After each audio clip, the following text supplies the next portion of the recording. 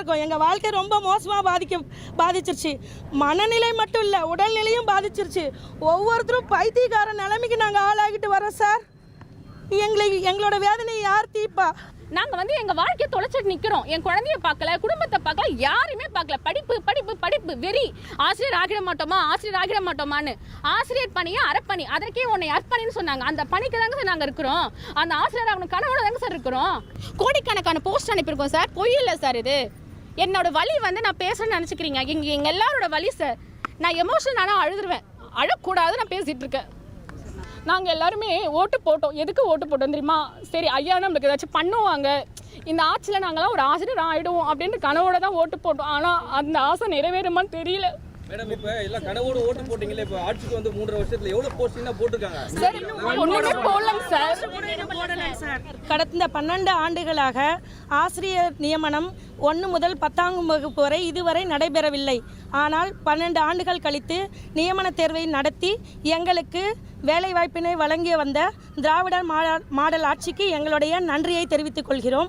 அதுபோல இடைநிலை ஆசிரியர்கள் நாங்கள் 12 ஆண்டுகளாக வேலையின்றி தவித்த இந்த நாளில் இப்பொழுது ஜூலை 21ஆம் தேதி எங்களுக்கான நியமன தேர்வை அரசு நடத்தியது. ஆனால் 4 மாத காலங்கள் நிறைவடைந்த நிலையில் 115 நாட்களை கடந்தும் எங்களுக்கு தற்காலிக விடைக்குறிப்பு கூட இன்னும் வழங்கவில்லை. அதனால் எங்களை போன்ற 25,000 ஆசிரியர்கள் குடும்பங்கள் பாதிக்கப்பட்டுள்ளது. தேர்விற்காக நாங்கள் கடந்த 6 மாத காலமாகவும் அதற்கு முன்னால் 1 வருடம் உழைத்தும் எங்கள் உழைப்பு வீணாகி விடுமோ என்ற பயத்தில் நாங்கள் தவித்து கொண்டிருக்கிறோம்.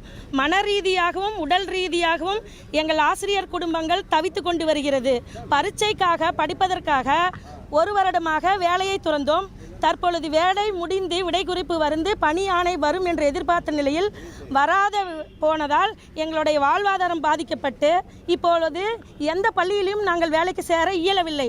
எந்த பள்ளியும் எங்களை எடுத்துக்கொள்ள மாட்டேங்கிறார்கள். தற்காலிக ஆசிரியராக ஜாயின் பண்ண கூட எங்களுக்கு வாய்ப்பு தர மாட்டேங்கிறார்கள்.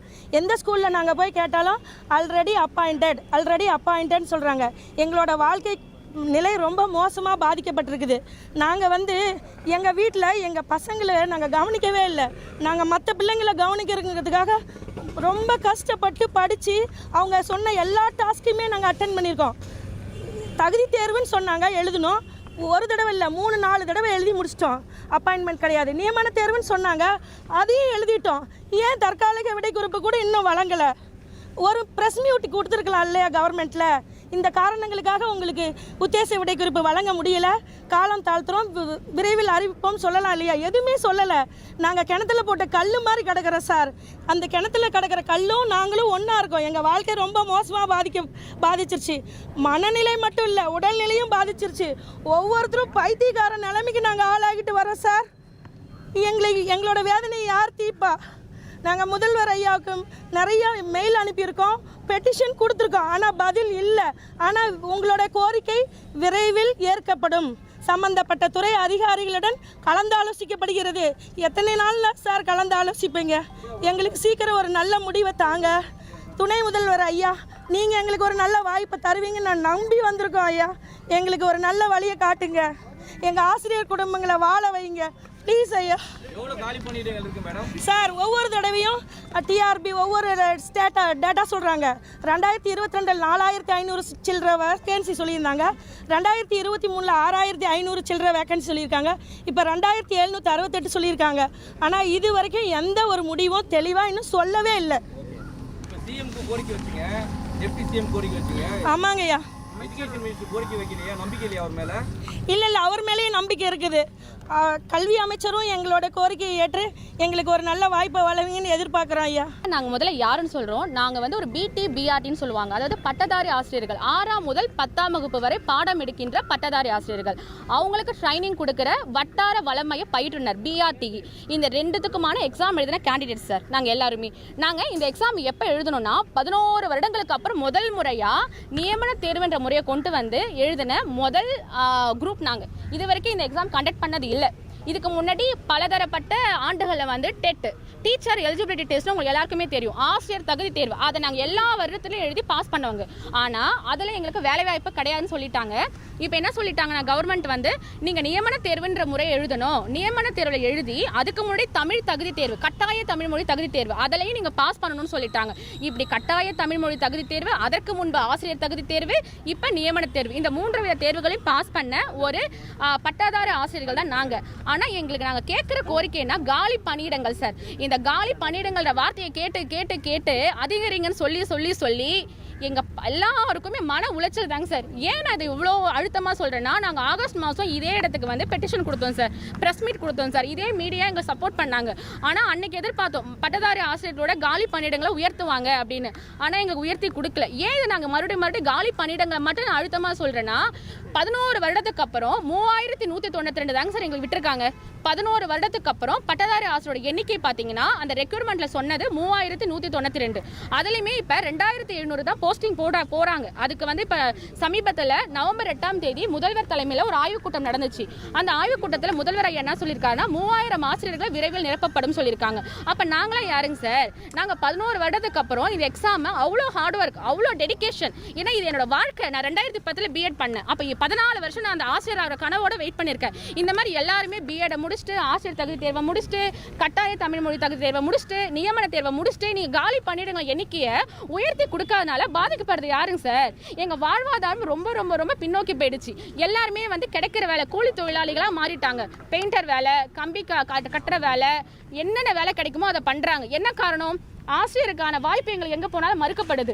அந்த காலி பணியிடங்களை எண்ணிக்கை உயர்த்துங்க உயர்த்துங்க உயர்த்துங்கன்னு நாங்கள் போகாத இடம் இல்லைங்க சார். சிஎம் தமிழ்நாடு ஃபுல்லாக சுற்றுப்பயணம் மேற்கொண்டார். எல்லா இடத்துலையும் நாங்கள் போய் மனு கொடுத்தோம். டெபுட்டி சிஎம் எல்லா இடத்துக்கு போனாங்க. அங்கேயும் எல்லா இடத்துலையும் மனு கொடுத்தோம். மாண்புமிகு கல்வி அமைச்சர் அவங்கள்ட்ட நாங்கள் நேரடியாக பார்த்து இது வரைக்கும் நாங்கள் வந்து ஒரு 100 தடவைக்கு மேலே பார்த்துருப்போம்.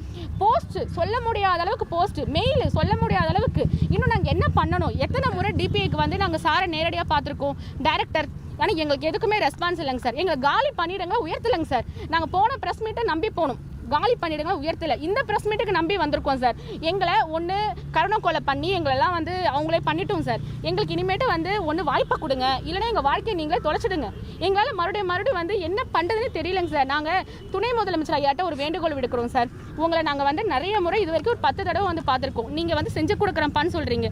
முதல்வர் ஐயாட்டையும் நாங்கள் கேட்டோம். முதல்வர் ஐயா இப்போ 4 நாளைக்கு முன்னாடி பார்த்தது கூட நாங்கள் பண்ணி கொடுக்குறோன்னு சொல்கிறாங்க. நாங்கள் கேட்காது அப்படின்னா பெரிய கேட்டுட்டோமாங்க சார். தற்காலிக ஆசிரியர் 5154 பேர் இந்த எவிடன்ஸ் கூட என்கிட்ட இருக்கு. 5154 பேரை நீங்கள் வந்து போட்டிருக்கதா கவர்மெண்ட்லேயே வந்து அறிக்கை விட்டுருக்கீங்க. தற்காலிக ஆசிரியர் டெம்பரவரி டீச்சர்ஸுக்கு கொடுக்குற மரியாதை எங்களுக்கு கிடையாது. கரெக்ட் தானேங்க சார்? 3 எக்ஸாமை பாஸ் பண்ணிட்டு 115 மார்க் எடுத்திருக்காங்க, 110 மார்க் எடுத்திருக்காங்க 150க்கு. இதோட நாங்கள் எப்படி படிக்கணுங்க சார்? சொல்லுங்க, இதோட நாங்கள் எப்படி படிக்கணும்? நாங்கள் வந்து எங்கள் வாழ்க்கையை தொலைச்சிட்டு நிற்கிறோம். என் குழந்தைய பார்க்கல, குடும்பத்தை பார்க்கல, யாருமே பார்க்கல. படிப்பு படிப்பு படிப்பு வெறி. ஆசிரியர் ஆகிட மாட்டோமா, ஆசிரியர் ஆகிட மாட்டோமான்னு. ஆசிரியர் பணியை அறப்பணி, அதற்கே உன்னை அர்ப்பணின்னு சொன்னாங்க. அந்த பணிக்கு தாங்க சார் நாங்கள் இருக்கிறோம். அந்த ஆசிரியர் அவங்க கனவோட தாங்க சார் இருக்கிறோம். ஆனால் அந்த கனவை வந்து மெய் பண்ணணும்னா அது நாங்கள் வந்து அரசு வந்து கோரிக்கையை தான் நாங்கள் விடுக்கிறோம். இன்னும் நாங்கள் என்ன கேட்கணும்னு தெரிலங்க சார். நாங்கள் நம்ம கழக ஆட்சி வந்தால் எங்களுக்கு ஆசிரியருக்கெல்லாம் வந்து ஏதாச்சும் பண்ணுவாங்க, நம்ம ஆசிரியர் ஆகிடுவோன்ற கனவோட தாங்க சார் நாங்கள் இருக்கிறோம். இப்போயும் நம்பிக்கை இருக்குங்க சார். மாண்புமிகு துணை முதலமைச்சர் ஐயா அவர்கள் 2 கரங்கள் குவிச்சு நான் கேட்குறேங்க சார். இந்த மீடியாவில் நாங்கள் பேசுகிறத பார்த்தீங்கன்னா எங்களுக்கு ஒன்றும் இல்லைங்க சார், ஒரு ஆடண்டம் விடுங்க சார். இதை மாதிரி 10,000 பணியிடங்களை வந்து பட்டதாரி ஆசிரியர் பணியில் உயர்த்திருக்காங்க, இல்லை 5000 பணியிடங்களை உயர்த்திருக்காங்க. இடைநிலை ஆசிரியர் பணிகளும் அப்படி தான். காலி பணியிடங்கள் அவங்களுக்கும் குறைவாக இருக்குது, அவங்களுக்கும் உயர்த்திருக்காங்க. நீங்க சொல்லுங்க, அதுதாங்க சார் நாங்க எதிர்பார்க்கிறோம். அவங்களோட ஆன்சர் கீ 114 நாள் ஆகுது, இன்னொரு டென்டேட்டிவ் கீ வெளியிடல. அவங்கள என்ன பண்ணாங்க, என்ன பாவம் பண்ணாங்க? எக்ஸாம் எழுதிட்டு இன்னும் கீயை கூட உங்களுக்கு வெளியிடல. டிஎன்பிசி இதே தமிழ்நாட்டில் தான் இருக்கு. 3 முறை அவங்களுக்கு வந்து குரூப் 4 வந்து உயர்த்திட்டாங்க, குரூப் 2 உயர்த்திட்டாங்க. ஆனால் அதே டிஆர்பி தமிழ்நாட்டில் தான் இருக்கு. 2 வருஷத்துக்கு அப்புறம் நடத்தின எக்ஸாம் இது வரைக்கும் உயர்த்தல. வெறும் 3000 போஸ்ட் தான் போட போறோம். பார்க்கல, குடும்பத்தை பார்க்கல, யாருமே பார்க்கல. படிப்பு படிப்பு படிப்பு வெறி. ஆசிரியர் ஆகிட மாட்டோமா, ஆசிரியர் ஆகிட மாட்டோமான்னு. ஆசிரியர் பணியை அறப்பணி, அதற்கே உன்னை அர்ப்பணின்னு சொன்னாங்க. அந்த பணிக்கு தாங்க சார் நாங்கள் இருக்கிறோம். அந்த ஆசிரியர் அவங்க கனவோட தாங்க சார் இருக்கிறோம். ஆனால் அந்த கனவு வந்து மெய் பண்ணணும்னா அது நாங்கள் வந்து அரசு வந்து கோரிக்கையை தான் நாங்கள் விடுக்கிறோம். இன்னும் நாங்கள் என்ன கேட்கணும்னு தெரியலங்க சார். நாங்கள் நம்ம கழக ஆட்சி வந்தால் எங்களுக்கு ஆசிரியர்களுக்கெல்லாம் வந்து ஏதாச்சும் பண்ணுவாங்க, நம்ம ஆசிரியர் ஆயிடுவோன்ற கனவோட தாங்க சார் நாங்கள் இருக்கிறோம். இப்பயும் நம்பிக்கை இருக்குங்க சார். மாண்புமிகு துணை முதலமைச்சர் ஐயா அவர்கள் இரு கரங்கள் குவிச்சு நான் கேட்குறேங்க சார். இந்த மீடியாவில் நாங்கள் பேசுகிறத பார்த்தீங்கன்னா எங்களுக்கு ஒன்றும் இல்லைங்க சார், ஒரு ஆடண்டம் விடுங்க சார். இதை மாதிரி 10,000 பணியிடங்களை வந்து பட்டதாரி ஆசிரியர் பணியில உயர்த்திருக்காங்க, இல்லை 5,000 பணியிடங்களை உயர்த்திருக்காங்க. இடைநிலை ஆசிரியர் பணிகளும் அப்படிதான், காலி பணியிடங்கள் அவங்களுக்கும் குறைவாக இருக்குது, அவங்களுக்கும் உயர்த்திருக்காங்க. நீங்கள் சொல்லுங்க, அதை தாங்க சார் நாங்கள் எதிர்பார்க்குறோம். அவங்களோட ஆன்சர் கீ 114 நாள் ஆகுது, இன்னொரு டென்டேட்டிவ் கீ வெளியிடலை. அவங்களாம் என்ன பண்ணாங்க, என்ன பாவம் பண்ணாங்க? எக்ஸாம் எழுதிட்டு இன்னும் கீயை கூட உங்களுக்கு வெளியிடலை. டிஎன்பிசி இதே தமிழ்நாட்டில் தான் இருக்குது. 3 முறை அவங்களுக்கு வந்து குரூப் 4 வந்து உயர்த்திட்டாங்க, குரூப் 2 உயர்த்திட்டாங்க. ஆனால் அதே டிஆர்பி தமிழ்நாட்டில் தான் இருக்குது. நாங்கள் கோரிக்கை வைக்கிறோம், எங்களுக்கு ஆசிரியர் பணியை உயர்த்தி கொடுங்க, உயர்த்தி கொடுங்க, உயர்த்தி கொடுங்க. 12 வருஷத்துக்கு அப்புறம் நடத்தின எக்ஸாமு இது வரைக்கும் உயர்த்தலை. வெறும் 3000 போஸ்ட் தான் போட போகிறோன்னு சொல்கிறாங்க சார். அப்போ நாங்கள் வந்து இப்போ 30 வயசானவங்க 40 வயசு, 40 வயசானவங்க 50 வயசு, இன்னும் நாங்கள் வாழ்க்கையை தொலைச்சிட்டு இப்படியே எக்ஸாம் எழுதணும்னு நினைக்கிறாங்களாங்க சார். நாங்கள் எப்படிங்க சார் எங்களை ப்ரூஃப் பண்ணுறது? சொல்லுங்கள், நீங்களே சொல்லுங்கள். கவர்மெண்ட்டில் கொஷின் நாங்கள் வந்து ரைஸ் பண்ணுறது என்னன்னா, எங்களுக்கு வந்து நாங்கள் கேட்குற கோரிக்கை நிறைவேற்றி வைங்க. ஆசிரியராக வாய்ப்பை உங்களோட ஆட்சியில் கொடுங்க, உங்கள் கையால் பணியாணை கொடுங்க. முதல்வர் ஐயா கையிலும் துணை முதல்வர் ஐயா கையிலும் எங்கள் எல்லாருக்கும் பணியாணை கொடுங்க. அந்த பெருமையை வந்து நீங்கள் வந்து ஏற்படுத்தி கொடுங்க. நாங்கள் உங்களுக்கு நல்ல ஆசிரியராக இருப்போம் தான் சொல்கிறோம். டிஎன்பிசிக்கு உயர்த்தி கொடுக்குறீங்க, ஆனால் டிஆர்பிக்கு எங்க சார் உயர்த்தி கொடுக்க மாட்டீங்க? வேற நாங்கள் என்னங்க சார் பண்ணுறது? நாங்கள் எல்லாரும் உங்கள்கிட்ட மன்றாடி கேட்குறோம், வலியுறுத்தி கேட்குறோம், கோரிக்கையாக கேட்குறோம், அழுது கேட்குறோம். வேற என்ன பண்ணுறது எங்களுக்கு தெரியலங்க சார். லாஸ்ட் டைம் வந்து எல்லா ஸ்கூல்லையும் வந்து தமிழ்நாடு முழுவதும் ஒரு 7,800 பணியிடங்கள் காலியாக இருக்குன்னு அவங்களே ஒரு நோட்டிஃபிகேஷன் கொடுத்துருக்காங்க. ஓகேங்க சார். காலி பணியில வெறும் 3000 தான் அறிவிச்சிருக்காங்க. கண்டிப்பாங்க சார். தெரியலங்க சார், தெரியல. அவங்க உயர்த்த மாட்டாங்க சார். எங்கள்கிட்ட எல்லா எவிடன்ஸ், ஆர்டி எவிடன்ஸ் முத கொண்டு இருக்குங்க சார். எவ்வளோ இருக்கு காலி பணியிடங்கள்? எங்களுக்கு 8000 மேலே காலி பணிகள் பட்டதாரி ஆசிரியருக்கு இருக்கு. ஏன்னா 11 வருஷத்துக்கு அப்புறம் எக்ஸாம் நடத்திருக்காங்க. அப்போ நீங்கள் சொல்லுங்களேன், அப்போ குறைவாக இருக்கிறதுனால தான் கேட்கணும். நாங்கள் இல்லாத பணியிடங்களை கேட்கல. இங்கே கேட்கலாம், காலி பணியிடங்கள் இல்லை தானே அப்படின்னு. இருக்கே சார், நிறைய இருக்குது. அதாவது 2023-24, 2024-25 இதுக்கு ஸ்டாஃப் ஃபிக்ஸேஷன் நடந்துச்சு. அந்த காலி பணியிடமும் இருக்குது. ஆனால் எங்களுக்கு எதையுமே காமிக்க மாட்டாங்க. உங்களுக்கு இவ்வளோ தான், நாங்கள் எங்கே போனாலும் எங்களை திருப்பி அனுப்புகிறாங்க. எங்கே போனாலும் நாங்கள் யார்ட்டையாச்சும் போய் கேட்போம், நாங்கள் வந்து டைரக்டர்கிட்ட சொல்லிட்டோம், இல்லை மினிஸ்டர்கிட்ட சொல்லிட்டோம், இல்லை முதல்வர்கிட்ட சொல்லுவோம். இப்படியே தான் எங்கள் பதில் சொல்லி அனுப்புகிறாங்க. தவிர தீர்வுன்றது எனக்கு கிடைக்கும். அந்த தீர்வுன்னு இருக்குல்லங்க சார், ஒரு ஆடண்டம், ஒரு ப்ரெஸ் ரிலீஸ் வந்து கவர்மெண்ட்டை நாங்கள் எதிர்பார்க்குறோம். என்ன ப்ரெஸ் ரிலீஸ்னா, பட்டதாரி ஆசிரியர்கள் இடைநிலை ஆசிரியரோட காலி பணியிடங்கள் நிரப்பப்பட்டது, இவ்வளோ பணியிடங்கள் வந்து நிரப்பப்படும் அப்படின்னு ஒரு ப்ரெஸ் நியூஸ் வரணும், கன்ஃபர்மேஷன் நியூஸ் வரணும், ஒரு ப்ரெஸ்ஸான ஒரு முறையான அறிவிப்பு டிஆர்பிலேருந்து வரணும். ஆசிரியர் தேர்வு வாரியம் வந்து எங்களுக்கு கொடுக்கல. அவங்கள கேட்டு என்ன சொல்கிறாங்க, உங்களுக்கு யூசர் டிபார்ட்மெண்ட் பள்ளிக்கல்வித்துறை வந்து எங்களுக்கு இவ்வளோ போட சொன்னால் உங்களுக்கு போடுவோம். அவங்க எங்களுக்கு மெயில் நாங்கள் அனுப்புனது கோடிக்கணக்கான மெயில் அனுப்பியிருக்கோம், எவிடன்ஸ் இருக்குது. கோடிக்கணக்கான போஸ்ட் அனுப்பியிருக்கோம் சார். பொய் இல்லை சார் இது. என்னோட வலி வந்து நான் பேசுறேன்னு நினச்சிக்கிறீங்க, எங்கள் எல்லாரோட வலி சார். நான் எமோஷனல் ஆனால் அழுதுருவேன், அழக்கூடாது. நான் பேசிட்டு இருக்கேன், முடியல. நான் லாஸ்ட் டைம் ப்ரெஸ் மீட் கொடுத்தேன் சார், உங்களுக்கு நிறைய பேருக்கு தெரியும். ஆனால் வந்து எங்களுக்கு கவர்மெண்ட் பார்க்குறாங்க, இப்பயும் அதை விட்டுருவாங்களான்னு தெரியலங்க சார். நாங்கள் எல்லாருமே ஓட்டு போட்டோம். எதுக்கு ஓட்டு போட்டோம் தெரியுமா? சரி ஐயா நம்மளுக்கு ஏதாச்சும் பண்ணுவாங்க, இந்த ஆட்சியில் நாங்களாம் ஒரு ஆசிரியர் ஆகிடுவோம் அப்படின்ட்டு கனவோட தான் ஓட்டு போட்டோம். ஆனால் அந்த ஆசை நிறைவேறுமான்னு தெரியல. மேடம், இப்போ எல்லாம் கனவோட ஓட்டு போட்டீங்களே, இப்போ ஆட்சிக்கு வந்து 3.5 வருஷத்துல எவ்வளோ போஸ்டிங் தான் போட்டிருக்காங்க? சார் ஒன்றுமே போடலங்க சார். போட்டோ ஏன் சார் கேட்குறோம்? ஃபர்ஸ்ட் டெட் அறிமுகமாகி 13ல் ஒரு தடவை எழுதிட்டோம், 17ல் ஒரு தடவை எழுதிட்டோம், 19, 21 இப்படி 4 வருஷம் தொடர்ந்து டெட் எழுதிட்டோம். அவங்க 18க்கு அப்புறம் 2018க்கு அப்புறம் இது வெறும் ஜஸ்ட் எலிஜிபிள் தான், அதனால நீங்கள் இன்னொரு ஜீவோ போட்டு பணி நியமன எக்ஸாம் எழுதணும்னு சொல்லி ஆர்டர் போட்டாங்க. சரி, நாங்கள் அதை எதிர்த்தும் போராடல. சரி, நாங்கள் எழுதுகிறோம் அப்படின்னு சொல்லிட்டு தொடர்ந்து அந்த பணி நியமன எக்ஸாமே எழுதி அதுலேயும் நாங்கள் பாஸ் மார்க் எடுத்து வச்சுருக்கோம். எங்களோட ஆன்சர் கீ தான் நாங்கள் பார்த்து வச்சுருக்கோம். அதுக்கான ஆன்சர் கீ 115 நாள் ஆகுது. இன்னும் அந்த கவர்மெண்ட்டால் ஒரு ஆன்சர் கீ கூட வெளியிட முடியல. அவங்க என்ன சொன்னாங்க, தேர்தல் அறிக்கையில் அதெல்லாம் நான் பேசணும் தான், பேசி தான் ஆவேன், வேறு வழி இல்லை. அவங்க என்ன சொன்னாங்க, 13ல் உள்ளவங்களுக்குலாம் போடுறேன்னாங்க. அப்புறம் எக்ஸாம் கொண்டு வந்தாங்க. சரி, எக்ஸாம் தான், 40,000 பேருக்கும் போஸ்டிங் போட முடியாது, சரி இந்த எக்ஸாம் வச்சு அட்டன் பண்ணுவோன்னு சொல்லிட்டு அதுக்கும் படித்து ரெடி ஆனோம். ஒரு ஆன்சருக்கு இவ்வளோ நாளாகி இன்னும் அது வெளியிடலை, ஒரு போஸ்டிங் அறிவிக்கலை. வட மாவட்டங்களில் ஏகப்பட்ட போஸ்டிங் இருக்குது, 10,000க்கு மேற்பட்ட இடைநிலை ஆசிரியர் கண்டிப்பாக இருக்குது.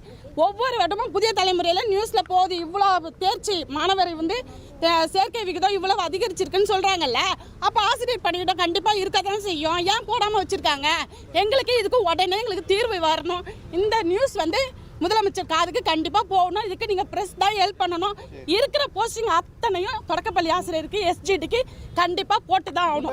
பட்டதாரி ஆசிரியர் அதே போல் பட்டதாரி ஆசிரியருக்கும் இன்க்ரீஸ் பண்ணி போஸ்டிங் போடுங்க. 11 வருஷமா எல்லாரும் பாதிக்கப்பட்டு தான் இருக்கோம். எங்களுக்கு வாழ்வாதாரம் கிடைச்சே ஆகணும். இது என்ன ஏதுன்னு இப்போ 25க்குள்ளே எங்களுக்கு ஜனவரிக்குள்ளே எங்களுக்கு முடிவு தெரிஞ்சாகணும். இந்த ப்ரெஸ் மீட்டு இதை கண்டிப்பாக போய் முதலமைச்சர் காதுக்கு எட்டுற மாதிரி செய்யுங்க.